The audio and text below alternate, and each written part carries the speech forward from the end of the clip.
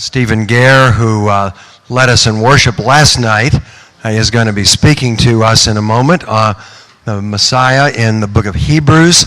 And I want to give a commercial on his behalf.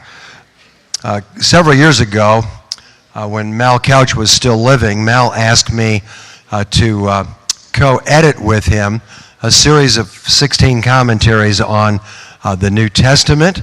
These are published by AMG, and in the process of that, we asked Stephen, who's a Messianic believer, to do the commentary on the book of Hebrews. That he'll be speaking on that in just a moment, and then also asked him to write the commentary on the book of Acts. What I love about both of these volumes is he brings in more insight from a Jewish Christian perspective than one normally finds in a typical commentary. His insights in the book of Acts are incredible, and his approach to the book of Hebrews will bless your heart. So he has both of these available on the table right outside the door, and I would highly recommend both of them. Most of you may not have seen these yet.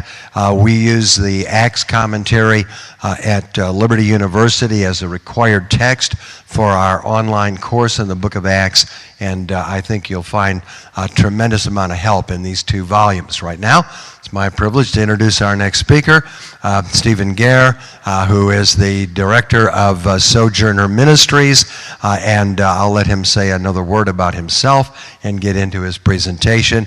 Since he's our last speaker, give him a warm Texas welcome. Thank you so much.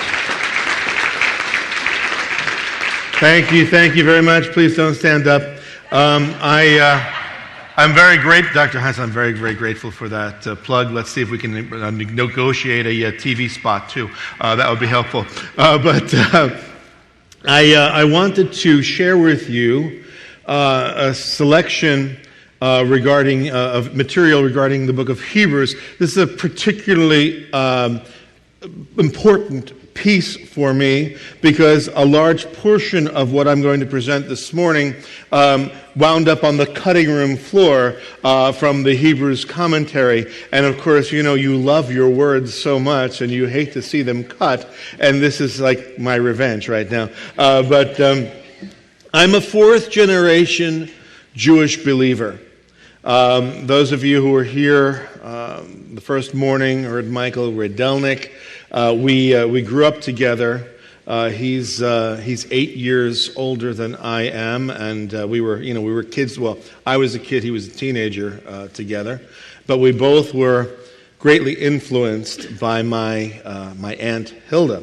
Hilda led him to the Lord, as you heard, and my aunt also put a lot of her energy, blood, sweat, and tears into making sure that I would follow in her footsteps in Jewish ministry, extending all the way back to when she held me as a baby, whispering to me, "You're God's child, and He's got very, very important plans for you." So I was brainwashed, from the beginning and didn't have much of a choice, apparently. But I do want to talk to you about Messianic themes within the book of Hebrews. Now, we've had the opportunity this conference to really go into some very micro studies of passages and really, really delve down deeply into those passages. And I'm not going to be doing that today because Hebrews doesn't do that today. We're going to end the conference almost with a synthetic overview of how the New Testament, specifically in the book of Hebrews, uses the Messianic prophecies to argue the points that they're making. So we're going to get a synthetic overview of the Messianic themes within the book of Hebrews, and you'll see what I mean as we get through it. We'll talk about the relevance of Hebrews to the modern reader. Let me just get just a show of hands. Aside from last night's banquet message, which, by the way, thank you, was a wonderful warm-up for this paper today. How many of you have read Hebrews in the past year? Okay, this is a good crowd. Okay, good. Well, most people, if you were, this is obviously a very specialized crowd. If you were to ask most people, they rarely read the book of Hebrews, and many of them read it once, and they were afraid of it, and never came back again. Now, I once asked my great aunt, and she was a great aunt, but she also was literally my great aunt, my grandmother's sister. By the way, my great-grandmother, Helen Kozer, found the Messiah. She's a Jewish person, came to America almost 100 years ago, and shortly thereafter found her Messiah in West Jerusalem, by which I mean Brooklyn. And she... far West Jerusalem, and she shared her faith, and of her 8 children, a few of them came to faith. One of them, my great aunt Hilda, another my grandmother, and my grandmother took that faith and passed it down to my mother, who passed down the faith to me. So 4 generations of Jewish believers in my family. My son, now 5th generation. And so for me, exploring the Jewish heart of Christianity, which is what Sojourner Ministries does, is a family tradition, and one that I'm really thrilled to share with you today. Now, I once asked my great aunt, the Jewish missionary, Hilda Kozer, to list what she considered to be the indispensable books of the New Testament. I used to go down when I was in high school and when I was in college. I used to go down during spring break, and while all the other, kids were partying it up in Daytona Beach, which is where she lived, I was basically sitting at her feet, and she was pouring her ministry into me, preparing me for the future. But I once asked her, what she considered to be the indispensable books of the New Testament. The books that without inclusion, our theology, our understanding of faith would be deficient. And within the New Testament, I came in with an assumption that one synoptic gospel, along with the Gospel of John and a fistful of Pauline epistles, would be more than sufficient for establishing Orthodox faith and practice. In my estimation, of course, Hebrews would be included on the short list of least essential books. As having struggled with the author of Hebrews' complexity of expression, I could confidently affirm the book's less than scintillating nature. Imagine my surprise when my aunt expressed her opinion that perhaps the one indispensable New Testament book was the Epistle to the Hebrews. It was only within this book, she reasoned, that the New Testament reveals with great depth and vivid imagery the present work of our Messiah as perfect high priest, the fulfillment of Yom Kippur, the Levitical Day of Atonement, the Melchizedekian priesthood, and the necessity of the New Covenant. Nothing non-essential there for believers, whether you're Jewish or Gentile. It was not the book of Hebrews that was dull. It was rather my own understanding. My own density, not the text density, was the problem. The salvific colors and the Messianic hues painted by Hebrews' anonymous master wordsmith alternatively shade, brighten, and intensify in relation to the spiritual maturity of the reader. Not for the faint of heart is this epistle. Hebrews demands attentive, conscientious study, but yields rich theological rewards for those who diligently apply themselves. Together with Romans, I don't think it's an overstatement to claim that it ranks as the greatest of epistles. Not just because I've written a commentary on it either. Which, by the way, did you know is on the table in the front there? But many believers have the perception that the book of Hebrews is confusing. Indeed, its reputation for impenetrability extends beyond the layman and sometimes even to the clergy, if you can imagine. To the modern reader, the density of the author's argument, the complexity of his rhetorical style have caused many to avoid this unique epistle. Even the title, the book of Hebrews, is off-putting to those who were not Jewish themselves. How could it be for me? I'm not Jewish. Why should I be interested in the book of Hebrews? Although, interestingly enough, the corresponding argument is never made that non-Greeks might struggle with Paul's letter to the Philippians, or non-Italians might struggle with Romans.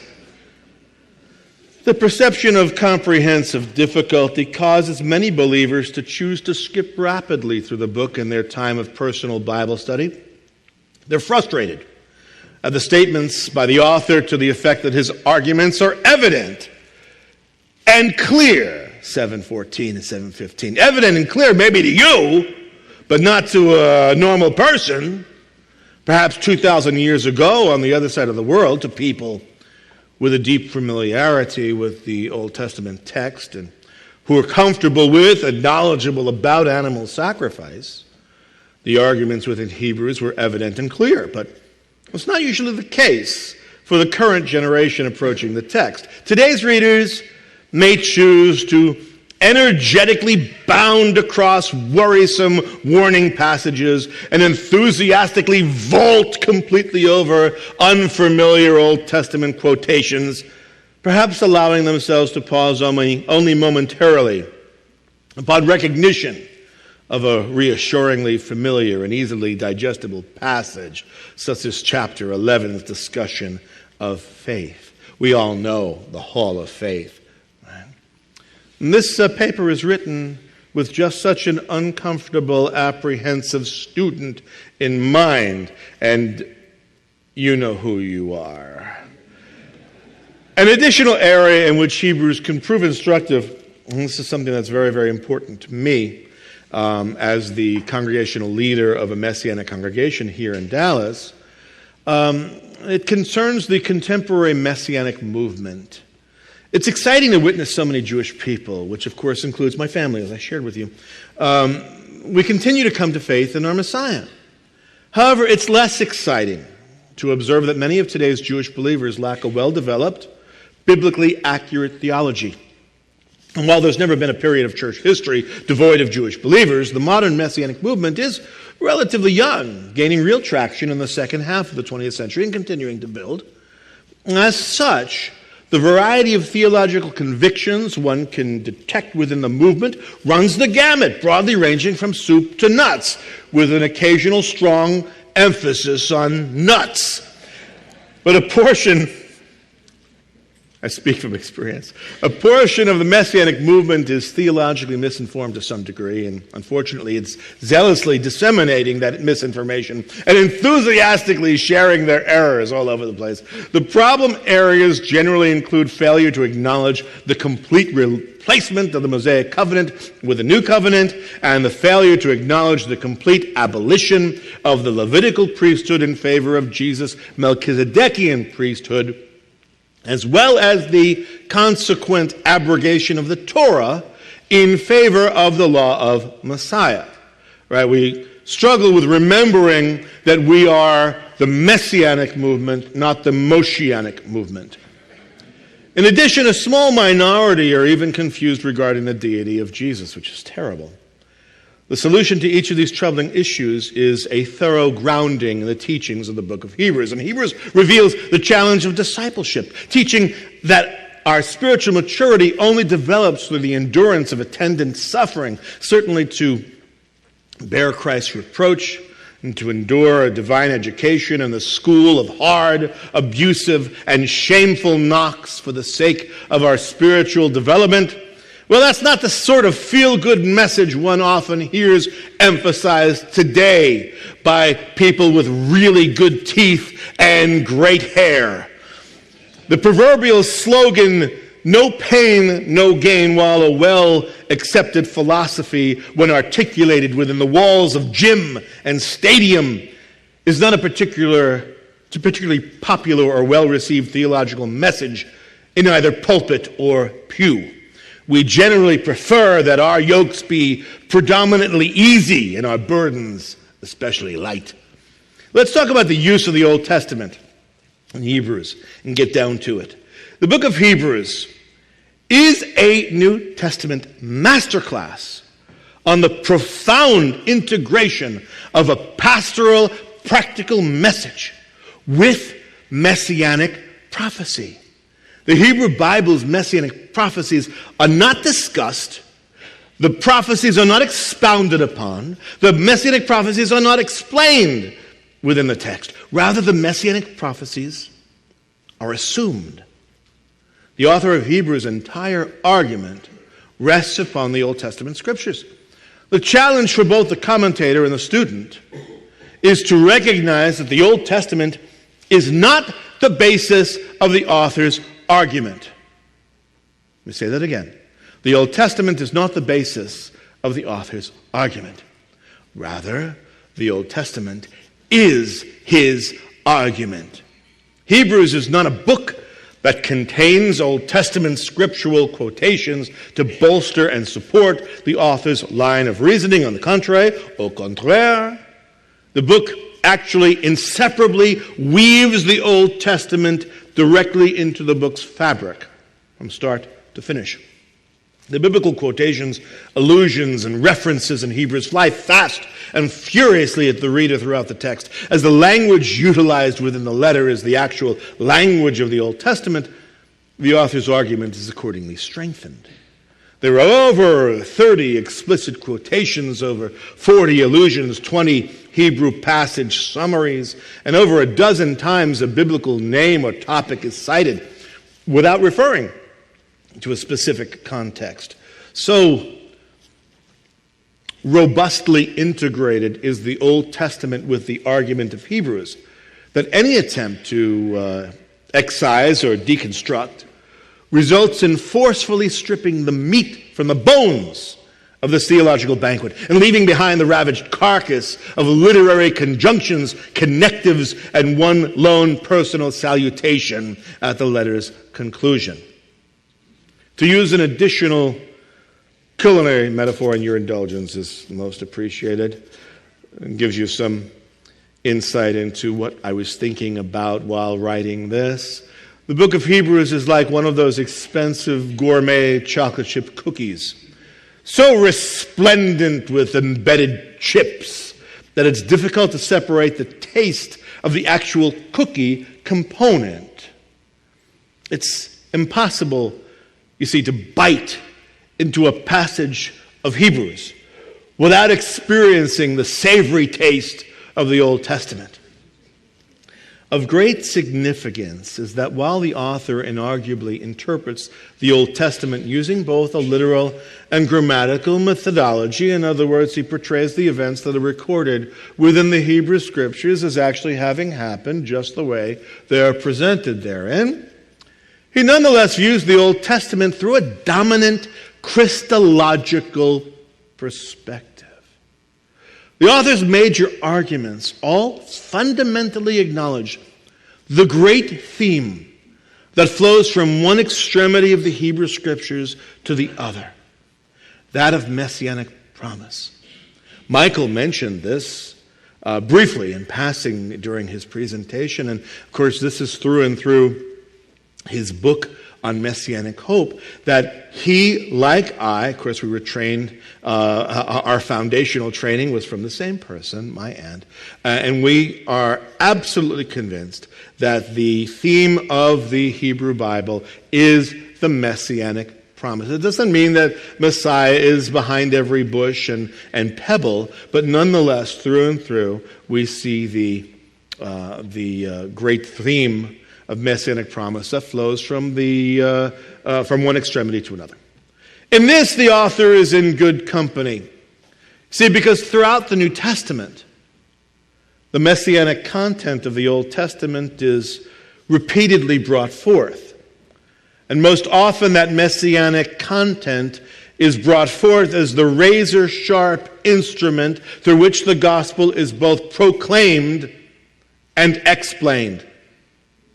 So with gusto, the author of Hebrews vigorously wrings dry the ancient scriptures, constraining them in the winepress of his exalted vision and extracting every possible ounce of intrinsic Christology contained within each text. Anybody here into juicing? Right? My wife just bought one of these very expensive cold press juicers. It's a slow juicer. And you throw your fruit in there, you throw your vegetables in there, whatever, and by the time that thing's through ringing, you got all the juice, and you're left with this dry, nothing pulp, right? This is what the book of Hebrews, the author of Hebrews, does with the Hebrew Bible.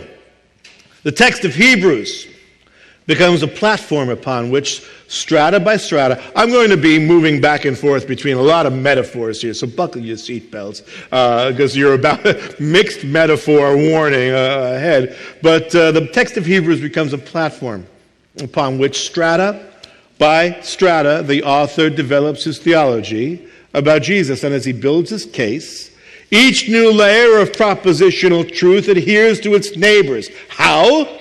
Through his slathering a liberal application of Old Testament mortar between every tier without exception. And that it has created an unassailable tower of Christological Messianic doctrine, assurance, exhortation, and encouragement, which stands today as resolutely as when the tower was first constructed some 2 millennia ago. As biblically literate Jews, as all Jews were in the first century, the original recipients of Hebrews could be relied upon to supply the original context of the author's Old Testament quotations, allusions, etc. Again, I'll say that again because it's an important point. The original recipients of Hebrews could be relied upon to supply the original context of the author's Old Testament quotations, allusions, etc., without having everything spelled out for them. That allowed him to be able to write as he wrote within the context of one scroll. Certainly, if the author needed to provide elaborate contextual backgrounds for every use of the Old Testament that he cites, the scroll containing his epistle would have needed supersizing, which is, precisely why chapter 8's extensive quotation of Jeremiah 31 through 34, is so unprecedented. However, unlike first century Jewish believers, few 21st century believers' brains function as biblical concordances. Therefore, for the purposes of this paper, certain Old Testament passages I cut that part, so I'm going to say certain Old Testament passages will be summarized and discussed as they arise within the argument. Well, you've already gotten that with each successive presenter. My paper got shorter and shorter. So I've sliced out. If you want the development and the explanation of the Messianic passages, did I mention that there is a book of Hebrews commentary out there that you can make yourself avail? Now, Hebrews does use extensive Messianic prophecies in the predictive, typological, and analogical sense.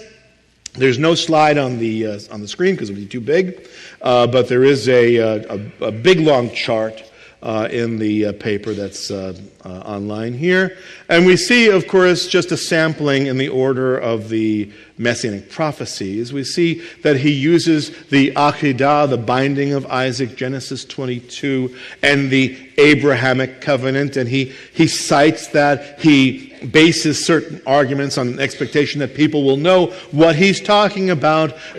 Same with Genesis 49, which is the prophecy, of course, that Messiah will descend from the tribe of Judah, right? The scepter will not depart until Shiloh comes. The fact that Messiah is a fulfillment of the Jewish festivals, such as Passover and Exodus 12 and 14. The typological use of the Ark of the Covenant that he shares, and the tabernacle, its components, in Exodus 25, the typological sense of the Levitical priestly service, and of course the Day of Atonement, the fulfillment that Messiah brings to the Day of Atonement, and that's a large component in the book of Hebrews, and the necessity of blood for atonement, the ashes of the red heifer, the prophecy of Balaam and regarding the unchangeable purpose of God in Numbers 23. And as we discussed at such length and so well yesterday, the prophet-like Moses, Deuteronomy 18, 15 through 18, a critical passage that I will affirm what Jim shared yesterday, that it is critical that all of us have that particular passage in our back pocket. I think it's very, very important. Of course, continuing, we have the Davidic covenant, as found in 2 Samuel and 1 Chronicles. We have Psalm 2, the sonship of the Messiah. We have Psalm 8, the purpose or the divine authority of the Son.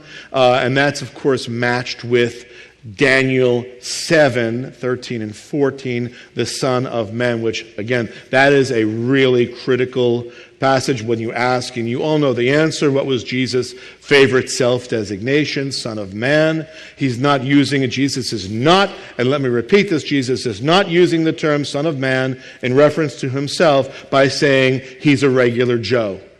Okay, he is referring to the apocalyptic figure, the Son of Man. So actually, if you want another passage that really emphasizes the supernatural, if not deity, something super duper close, Daniel 7 would be one of those. And Jesus gives us that reminder every time we see him speak in the scriptures. Of course, Psalm 40 references the Levitical sacrificial system, which our Messiah has fulfilled. Psalm 45, the deity of the Son. There are a lot of scholars today who poo-poo Psalm 45 as pointing to the deity of the Messianic King. I say, feh to them, because I view Psalm 45 as a very important, 45, 6, and 7. Your throne, O God, is forever and ever. I believe that's a very important indicator that the Messiah is more than man. And he's called God. Psalm 102, the deity of the Son. There's another one, right? Psalm 102. Psalm 110, and that's really where the author of Hebrews wants to camp out. There's a great, large, a huge, in fact, two different expositions of Psalm 110. The divine authority of the Son and the Son's Melchizedekian priesthood. Psalm 118, very important passage, the promise of God's abiding presence, although there's so much more in 18. And when he alludes to one portion of it, you're supposed to bring the rest of it, just like in the same way that if I were to say, get a bucket of chicken, and you would answer, finger licking, good, right? You deserve a break today, right? So what? Get up and get away, right? To where? McDonald's, right? So, right, we have jingles in our heads, we have songs in our heads that merely need one word, one phrase. Come together, right? Right now, right? I don't have to sing the whole song to you. In the same way the author of Hebrews didn't have to quote the whole passage, which again, when he actually does this in chapter 8, quoting Jeremiah 31 through 34 in total, it makes a very large impression.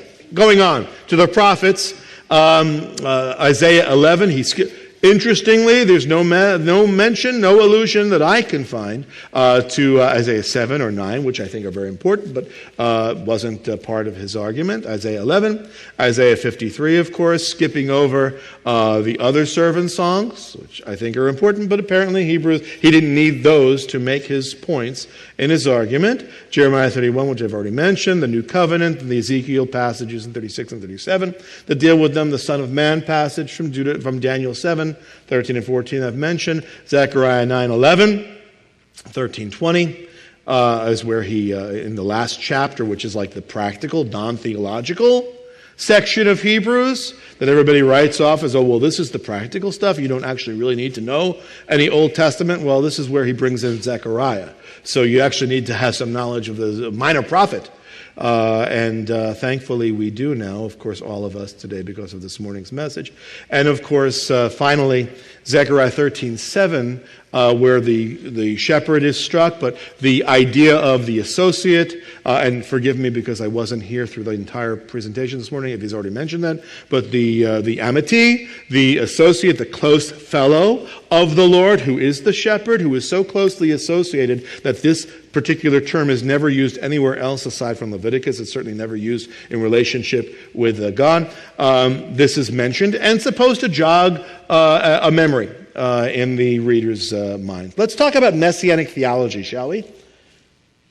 Hebrews provides a full-orbed digest of Jesus' identity, his distinctiveness, his accomplishments, and his ministry within a limited, time-bound, three-part chronological framework. The text relates crucial aspects relating to Jesus' preexistence, his incarnation, and exaltation. 1, 2, 3. For example, Jesus is revealed as the Father's preeminent agent of education. Preeminent, not the Department of Education, that's somebody else, Betsy DeVos. As the Father's preexistent agent of creation. His incarnation is explored, and the author's careful attention to Jesus' temporarily subordinate status, his ability to learn obedience through suffering, his sinless life, and shameful death. Of course, an especially prominent designation related to the second theme of his deity is Jesus' identity as God's Son. He's simply called a or the Son, and 3 times the actual phrase Son of God is used.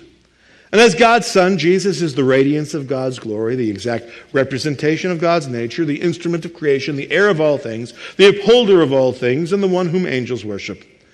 He's the exalted one who appears in the presence of God. Indeed, a key emphasis of Hebrews is that Jesus is the one who sits at God's right hand. Psalm 110 again. In addition, the Son of God's redemptive role is heavily accented. The one who is temporarily made lower than the angels, Jesus is he who sanctifies, the obtainer of eternal redemption, the source of eternal redemption. And as the firstborn and forerunner, as the one who temporarily was made lower than the angels, he became the inaugurator of a new and living way. And this resulted in his status as victor over the devil and liberator of the devil's slaves. And the Son of God is the unchanging one whose years have no end, the same yesterday, today, and forever.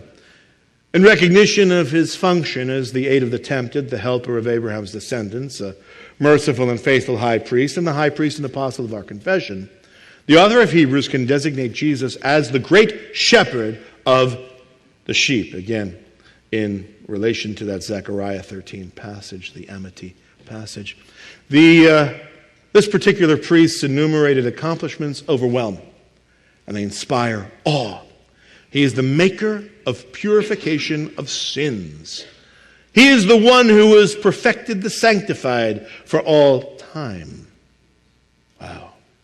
And the one able to save forever, because he is the one who lives to make intercession. The Melchizedekian priest is an eternal priest, a great priest over the house of God. He is the one who learned obedience through the experience of suffering and therefore became the perfected one. Remaining themes receive less discussion within the text, but no less prominence. Jesus' identity as perfect sacrifice, as Melchizedekian high priest and divine Son, position him as the ultimate covenant mediator between God and humanity. So think of Jesus as the ultimate covenant mediator, the mediator of a new covenant, the mediator of a better covenant, and most effectively, the guarantee of a better covenant. Jesus is also called the author of salvation, the author and perfecter of faith. Readers are reminded of the Messiah's second advent. How? Through the author's identification of Jesus as he who is coming and the one who returns for salvation. And finally, although Jesus preferred self-designation in the Gospels, the profoundly messianic title, Son of Man, Bar Enash, which we talked about briefly, Daniel 7, is only used once in chapter 2, indirectly, within a quotation from Psalm 8:4. Let's get down into the purpose. Are you with me? Is it okay? Let's go to the purpose. The book of Hebrews is masterfully designed. How? For what? To definitively demonstrate the supremacy of Jesus Christ. Take a look at this chart. In both his identity, in which I mean his person, and his ministry, by which I mean his priesthood. So in person and priesthood, identity and ministry, Yeshua, Jesus, the Messiah, is supreme.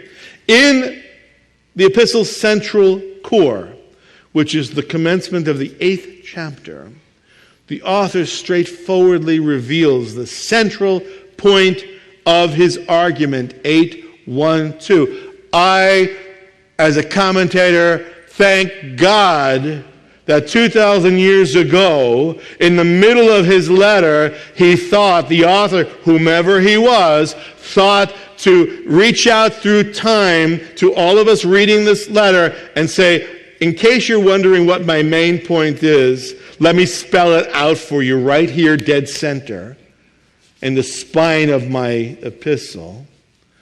And he says in 8:1-2, 1 and 2, now the main point in what has been said is this: we have such a high priest who has taken his seat at the right hand of the throne of the majesty in the heavens, a minister in the sanctuary and in the true tabernacle, which the Lord pitched, not man. So if we look at the chart, we see the supremacy of the Messiah in several different ways.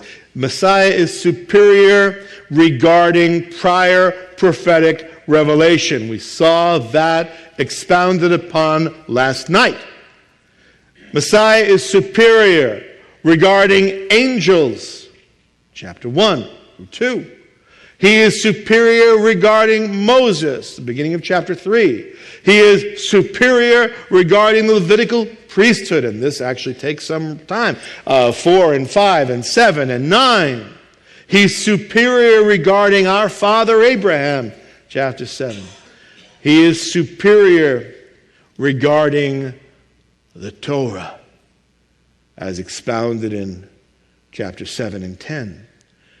And with that, it's not only the law, but it's the entire package, the contract itself, the Mosaic covenant that Messiah is superior to, as expounded at length by the quotation of Jeremiah 31 and the explanation that he gives us in chapter 8 regarding the new covenant.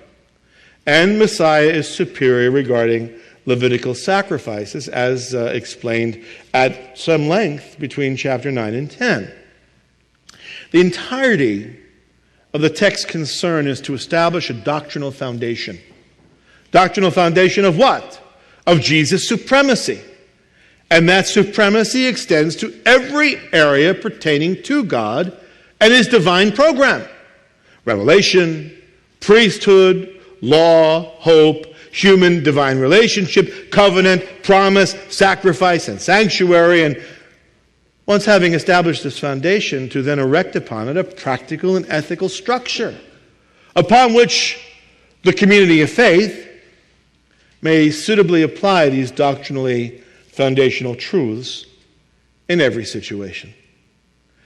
And Hebrews explains that what God has supplied for his people in this present age is in all ways new and superior.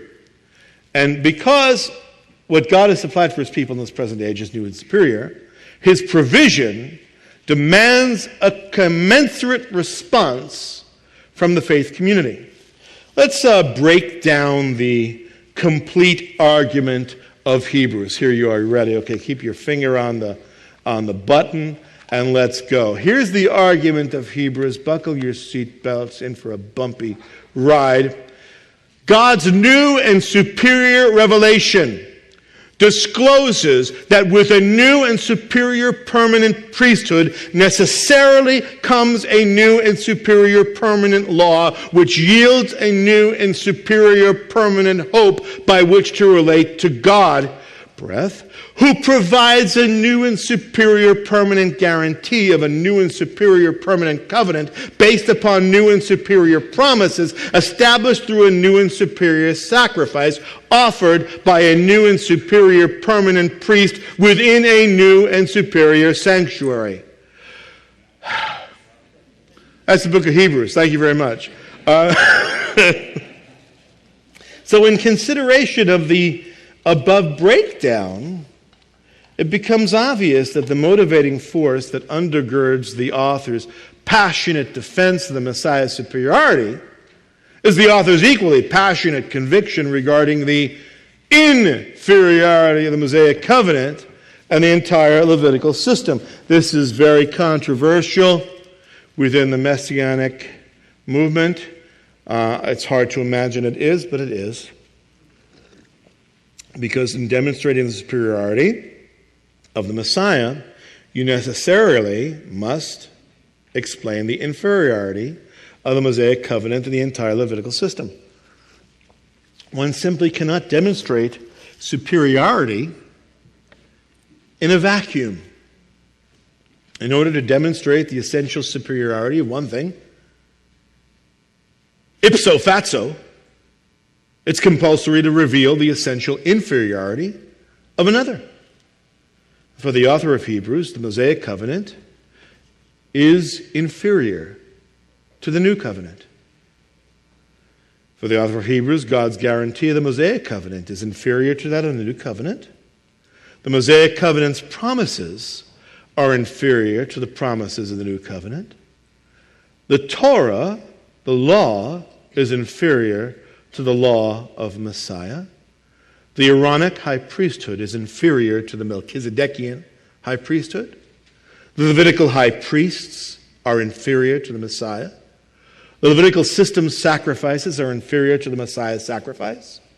The temple tabernacle system is inferior to the Messiah's heavenly sanctuary.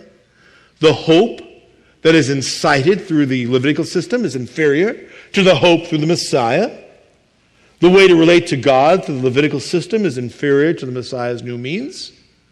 The supernatural mediators of the Torah, who are angels, this is Jewish understanding, they are inferior to the Messiah in both identity and ministry. The human mediator of the Torah, Moses, is inferior to the Messiah in both identity and ministry. Abraham, the Jewish national father, is inferior to the Messiah.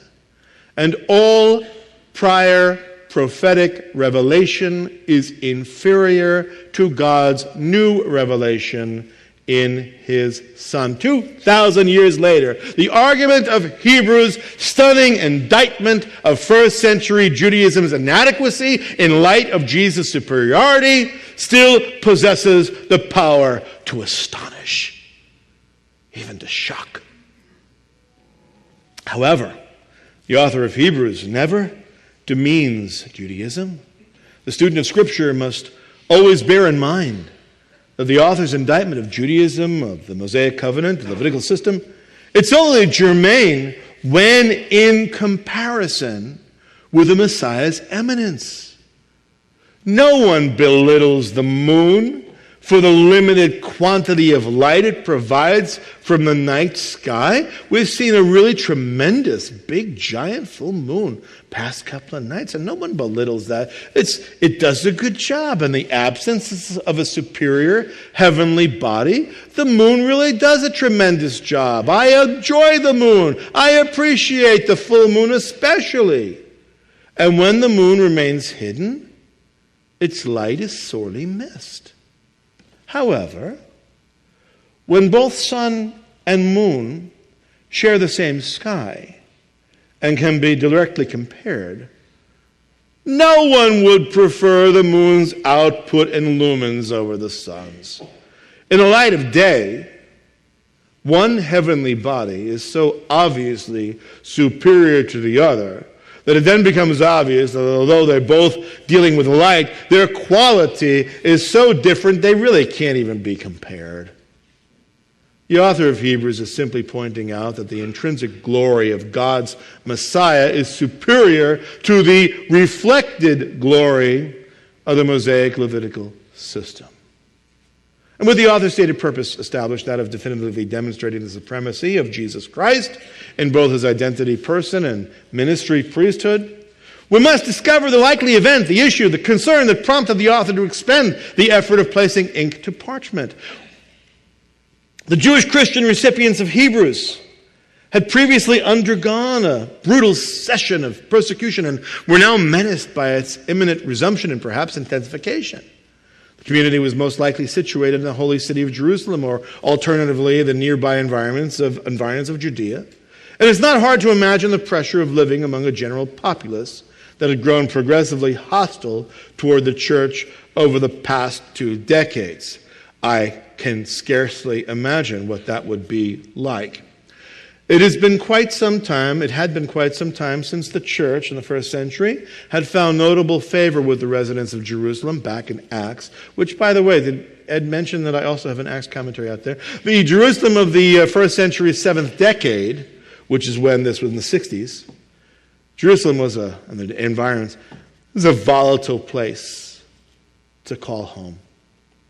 And one can surmise from the author's topical emphasis that a portion of the community was in the process of considering a renunciation of their Messianic faith. Why? For the purpose of alleviating the tension, the escalating pressure of living under threatened or actual persecution. The duration of their intended hiatus from their faith commitment to Christianity is unclear. Perhaps it was only temporarily that they intended to do so, until the storm cloud of threatened persecution had passed from sight. Their thinking about the status of their salvation may have been similar to those who have at one time or another not paid our insurance premiums and allowed our insurance policies to lapse. You know, most insurance policies, they have what is called a grace period, appropriately enough, when, although the policy is currently in arrears, the insurance company will still honor their prior commitment, but if we get the premium in. But if we allow the grace period to pass without paying our outstanding balance, the policy lapses. Yet most of the time, all we need to do is pay our premium once again, and the policy is promptly renewed. And these Jewish Christians contemplated a temporary lapse in their salvation insurance, which they could promptly renew when it was more convenient to stand for Jesus. Alternatively, the clues within the text leave open the possibility that what was being contemplated was no timid renunciation of Christ that was born of fear, but a defiant act of rebellion by a spiritually immature, insecure, and frustrated group who had had enough of taking heat for their hope in the Messiah. Whether the community was timid or bold in their contemplation of spiritual mutiny, the author of Hebrews makes every attempt to persuade them not to press forward with this ill-conceived strategy. And let's get to Messianic themes now, the final section. To the modern reader, the structure of Hebrews is cumbersome, the author's method of presentation unfamiliar, and his argument often confusing. His dizzying methodology on exhibition throughout the book's entirety, of briefly introducing a subject, then completely dropping the newly introduced subject in favor of a topic already discussed, then returning to a new topic, can be intensely disconcerting. Can make you dizzy. Assurance of subject matter comprehension absolutely poses a challenge, and frustration sets in, together with a longing for someone to iron out the multiple creases and curves within the text's argument. For an author who writes straightforwardly, without continuously backtracking over previous material. However, Hebrews is a book that rewards multiple readings. Only upon multiple readings can one derive an overview in a sense of, well, what can only be called the book's rhythm. For this guy, it's the concept of rhythm, along with musical concepts such as point and counterpoint, harmony and dissonance, that provided a key to finally seeing Hebrews' big picture. While Hebrews does indeed progress along a straight line with a definite structure of beginning, middle, and end, it does so with style and attitude. The author takes his time, methodically laying the groundwork for each new theme, intermittently revisiting and eventually fully developing them. Occasionally, a theme is treated separately, but Generally, the themes are played in tandem, layered on top of one another in point and counterpoint. Let's go back one slide, please. One slide. Good. And we'll develop that in a moment. And these layered themes usually play together harmoniously, but now and then create dissonance, the absence of harmony. And most people, a normal person, instinctively rejects dissonant music. The absence of harmony simply hurts the ears, and they turn it off. They cease to listen. And that's why a great many people do not like jazz. It's a musical style chock full of dissonance. Any jazz fans here? Get out. All right. Many readers treat the book of Hebrews. I'm so glad that our previous speaker brought up the subject of album collections and things like that, because it's germane to what I'm writing here, because many readers treat the book of Hebrews like an album of jazz music they were originally purchased because we liked one particular song. They reject Hebrews' singular style in favor of more easily digested and absorbed New Testament works. Although since the album's already in their collection, they may from time to time take it out, play a favorite selection or two, chapter 11's Hall of Faith, for example, and then turn it off before having to listen to the remainder. Nonetheless, we should not treat Hebrews like an album that we are proud to have in our collection, but to which we no longer listen. Reading the whole Word of God is not really an optional activity, nor should the Word of God be like having to eat your vegetables, knowing that you need the nutrients, but never enjoying the process. You know, vegetables are funny things. And many a child commences his culinary journey with a deep aversion to certain vegetables. Brussels sprouts comes to mind, for example. And then only consumes them upon the instigation of his parents. No dessert if you don't eat that vegetable. However, as the child matures into adulthood, his palate may mature as well, becoming more sophisticated with continued gastronomic experience. And eventually, Brussels sprouts might become a favorite. Unlikely, but nonetheless possible. And music is like that too. Some types of music are very difficult to enjoy upon first hearing. For example, jazz, opera, and for musical theater fans, the collected works of Stephen Sondheim. However, if one would purposely endeavor to understand these less accessible types of music, he may well find the development of appreciation upon repeated listenings as his ear matures. Likewise, the author of Hebrews has a great deal to say concerning spiritual maturity and development, and his concerns may be most favorably appreciated by the reader who diligently applies himself to a study of his argument. And there's a variety of opinion as to exactly how many themes are contained within the text of Hebrews. I see one main theme and 6 underlying themes that support the main theme. The main theme, of course, is the absolute supremacy of Jesus. Actually, you see the themes there laid out. The absolute supremacy of Jesus. The 6 supporting themes are Jesus' Son, the new high priest, the new covenant, the tabernacle, the new sacrifice, and faith.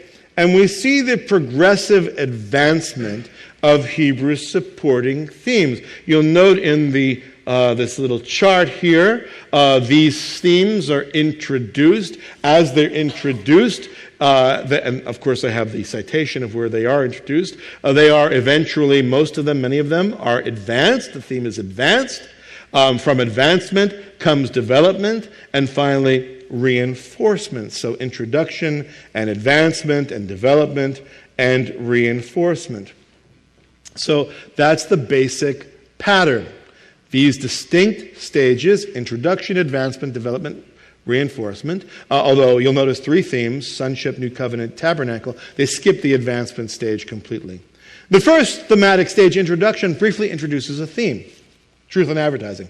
It provides a teaser or a hint of the topic to come, after which the theme is usually temporarily abandoned in favor of engaging some stage of a subsequent theme.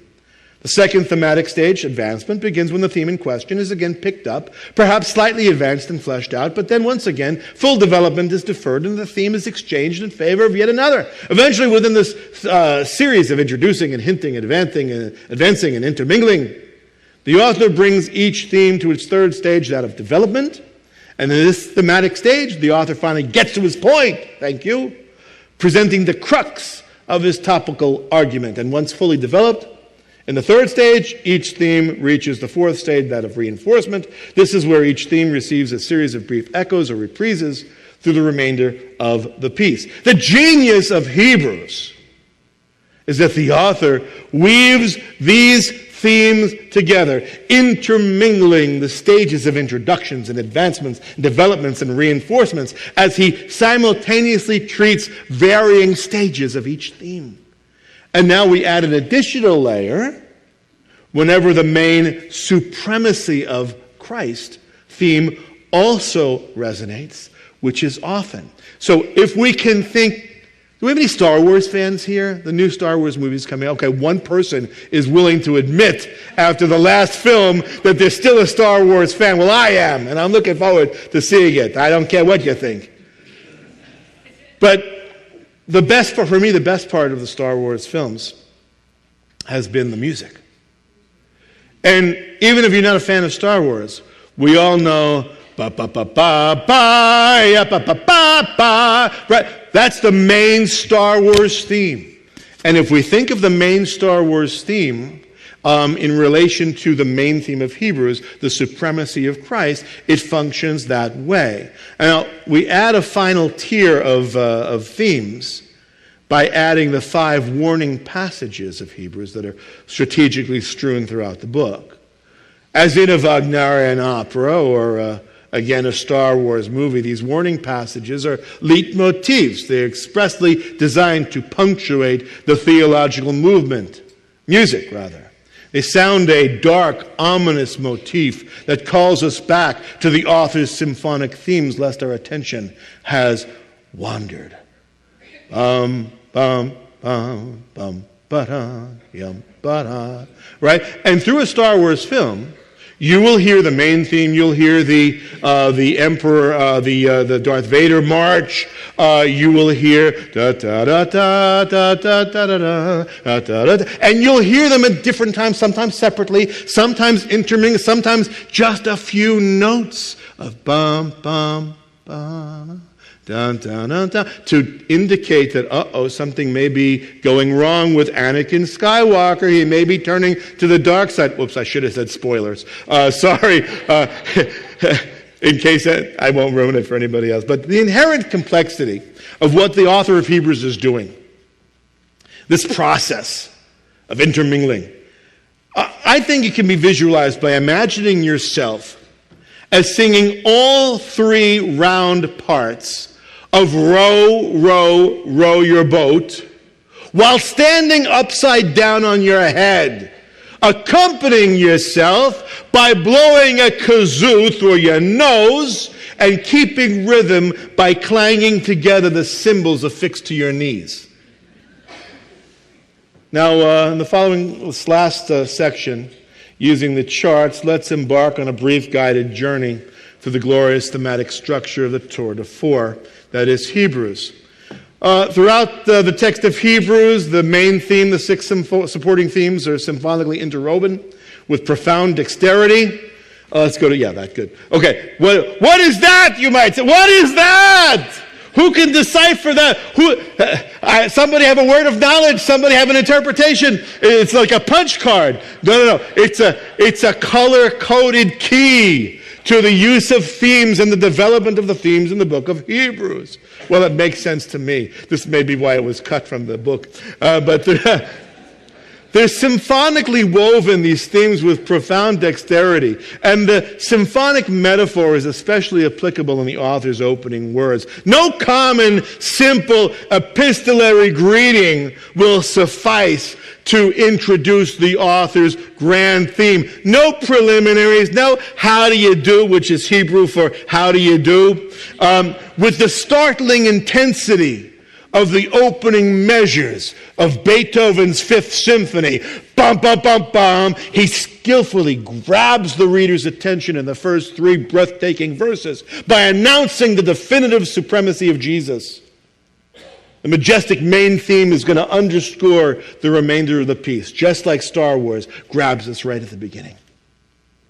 Such is the author's artistic mastery within the first chapter that in conjunction with the main theme, he's simultaneously introducing his first two supporting themes, that of the sonship of Jesus and the new high priesthood. As the main supremacy theme continues, he briefly introduced new high priesthood themes dropped, and the sonship theme, skipping over the advancement stage, flows directly into the third stage, that of development. And just as chapter 2 commences, we're briefly introduced to the initial dark, ominous tones, bum, bum, bum, of the warning passages. They pass quickly away, though, yielding to other themes. Within chapters 2 and 3, we find the sonship of Jesus theme in the reinforcement stage, the new high priesthood theme in the advancement stage, as well as the introduction of two new themes, that of new sacrifice and faith. Faith enters the second stage, that of advancement. The main supremacy theme continues from chapter 2 through the center of chapter 3, at which point it rests.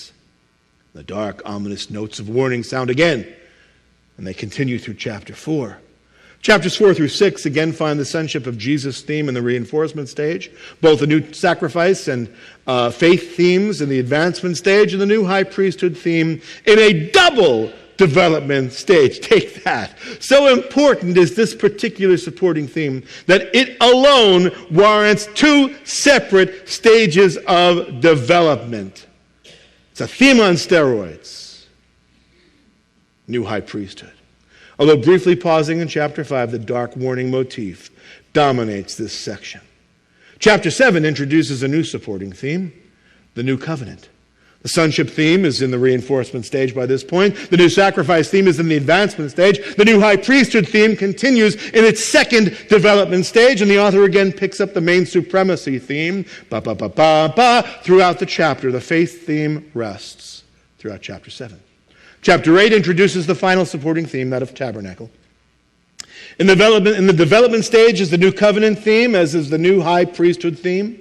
The main supremacy theme plays throughout chapter 8, and the sonship, new sacrifice, and faith themes rest. In chapters 9 and 10, with no new themes to introduce, thank God, the author interweaves all 6 supporting themes along with the main supremacy theme. You can see, when you're looking for action, of all these things, when these themes are playing, the most action is right there, 7, 8, 9, and the first half of 10. 7, 8, actually all the way through 10. 7, 8, 9, 10 is where the main thrust of where all of these come together, interwoven with the main supremacy theme, down on the bottom, the red. In the reinforcement stage of the sonship, new high priesthood, and new covenant themes, the main supremacy theme sounds its final note midway through chapter 10, overtaken by the dark, ominous warning motif. So analyzing the graphical chart, it's easy to see those past chapters 7 through 10 provide the heart of the author's masterpiece. Every major, every minor theme, along with the warning motif, is heard at some point in this section, and often heard simultaneously. To some readers, this might seem a cacophony, while to others, it represents a theological smorgasbord. Which is your position? The central section, you see, is the eye of the storm. I told you I'd be mixing my metaphors.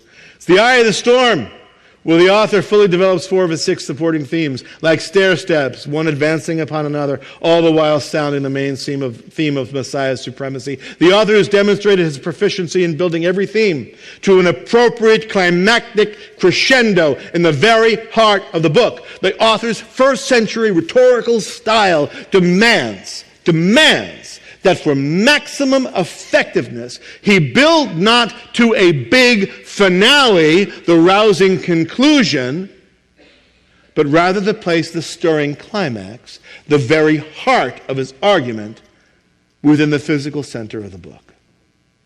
That's confusing for those of us educated in the Western world. We like a linear line. And the author startles us with chapters 11 and 12, arresting our attention, After 4 complex chapters of theme swirling upon theme, layer upon layer, he silences all but one theme, that of faith, which finally enters the development stage. It's the last theme to do so. The simple, focused hush of that chapter's contents provides a much-needed opportunity to catch our breath. A final section of warning punctuates the last section of chapter 12, and in the final chapter, the author concludes his piece by gently restoring only 4 supporting themes, all now in the reinforcement stage: new high priesthood, new covenant, new sacrifice, and faith. Thus concluded, this messianic masterpiece is then, hopefully, met by the metaphorical, thunderous applause of its readers, hastening to apply its message to their lives. Selah.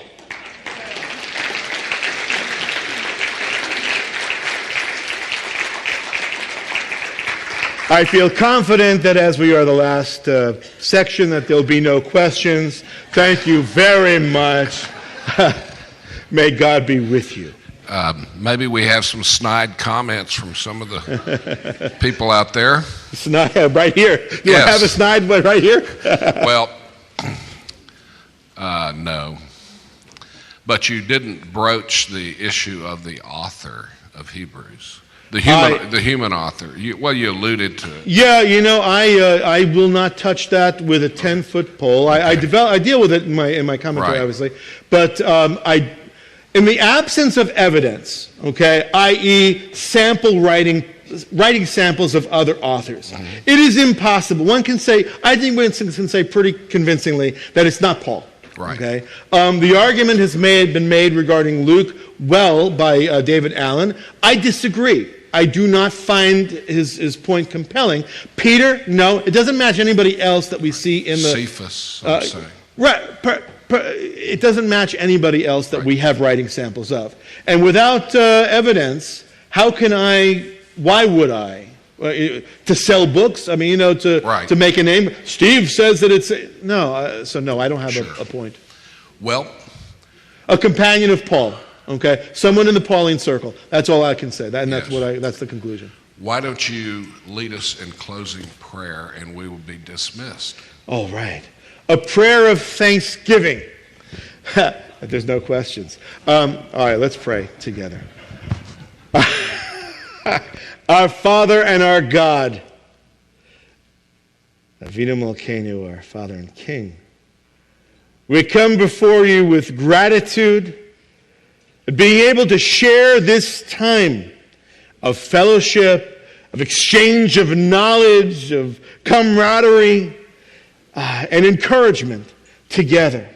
We thank you, Lord, for this conference, and we pray long may it be offered until your Son returns. We pray, Lord, for journey mercies for all of us traveling, near and far. We pray your blessing on all who have had a hand in making this conference come together. The small, the great, the famous, the infamous. Lord God, may we all be stronger together through this conference.